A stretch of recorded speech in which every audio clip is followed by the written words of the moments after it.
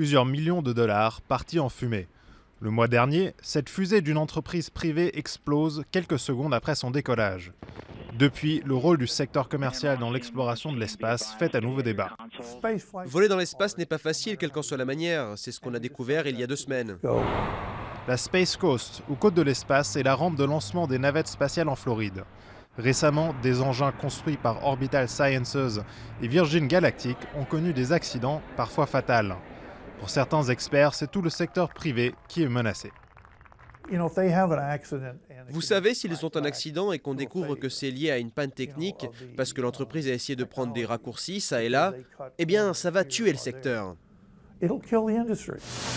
Brenda Mulberry dirige une fabrique de t-shirts et tient un blog sur le programme spatial américain. Elle affirme que les entreprises privées ont un rôle à jouer dans l'exploration de l'espace, mais elle déplore que le gouvernement américain ait abandonné ses vols vers la Station spatiale internationale.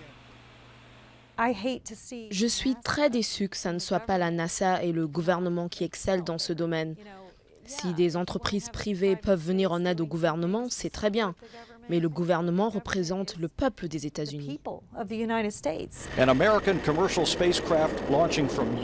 L'entreprise SpaceX, elle, prévoit toujours d'envoyer des astronautes vers la Station spatiale internationale d'ici 2017. Et pour ces représentants de l'industrie réunis à Cap Canaveral, le secteur privé représente encore le meilleur pari d'avenir. C'est un moment formidable. L'industrie traverse un changement profond et ceux d'entre nous qui ont la chance d'être dans ce secteur avons l'occasion de participer à ce changement. La NASA, elle, vise encore plus haut. L'agence spatiale américaine souhaite que le nouveau vaisseau Orion puisse emmener des astronautes vers la Lune, les astéroïdes ou même Mars. Le premier vol d'essai sans équipage est prévu le 4 décembre.